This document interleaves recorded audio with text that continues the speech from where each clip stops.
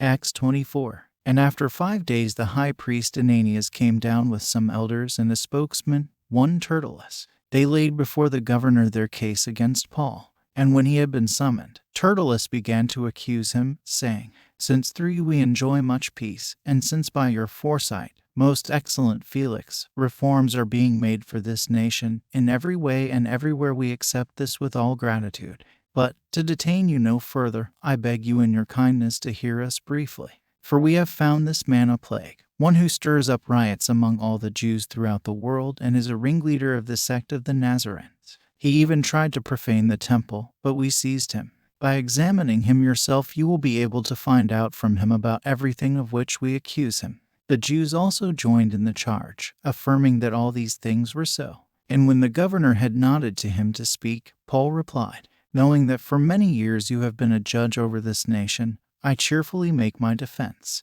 You can verify that it is not more than 12 days since I went up to worship in Jerusalem.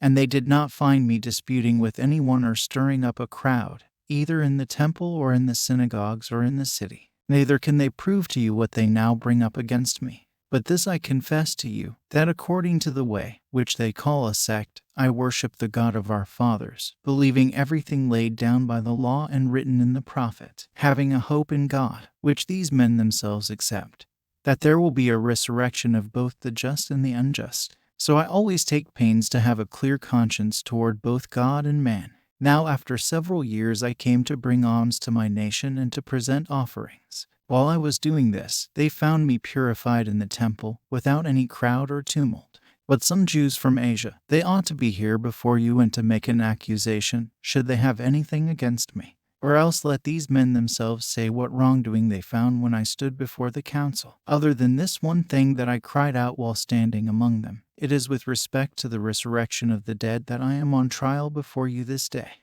But Felix, having a rather accurate knowledge of the way, put them off, saying, When Lysias the tribune comes down, I will decide your case. Then he gave orders to the centurion that he should be kept in custody but have some liberty, and that none of his friends should be prevented from attending to his needs. After some days Felix came with his wife Drusilla, who was Jewish, and he sent for Paul and heard him speak about faith in Christ Jesus. And as he reasoned about righteousness and self-control in the coming judgment, Felix was alarmed and said, Go away for the present.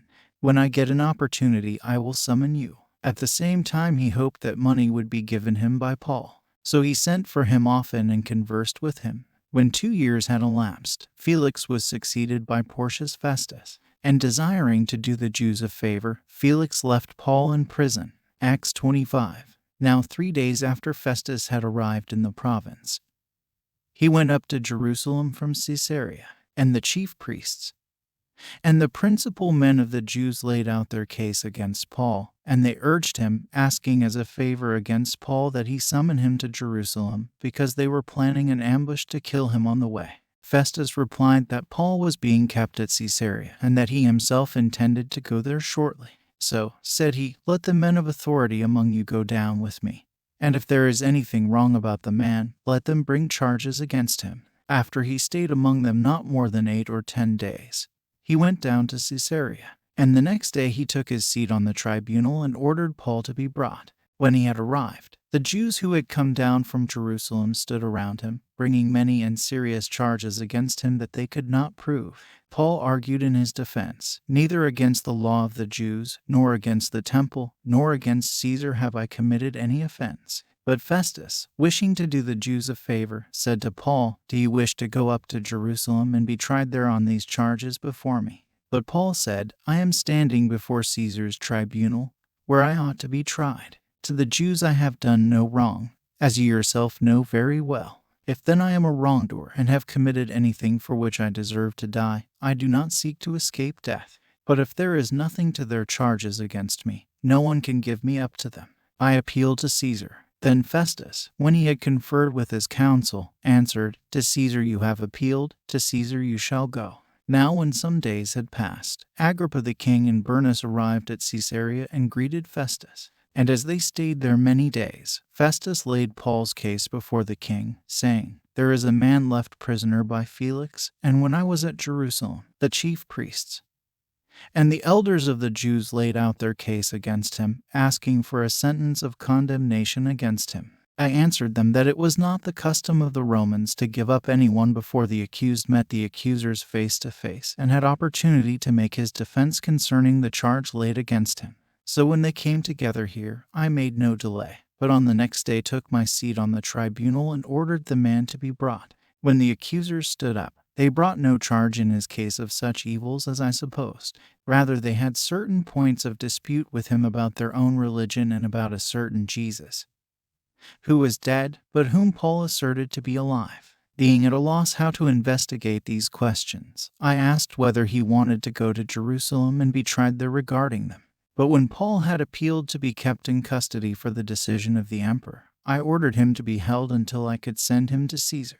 Then Agrippa said to Festus, I would like to hear the man myself. Tomorrow, said he, you will hear him. So on the next day Agrippa and Bernice came with great pomp.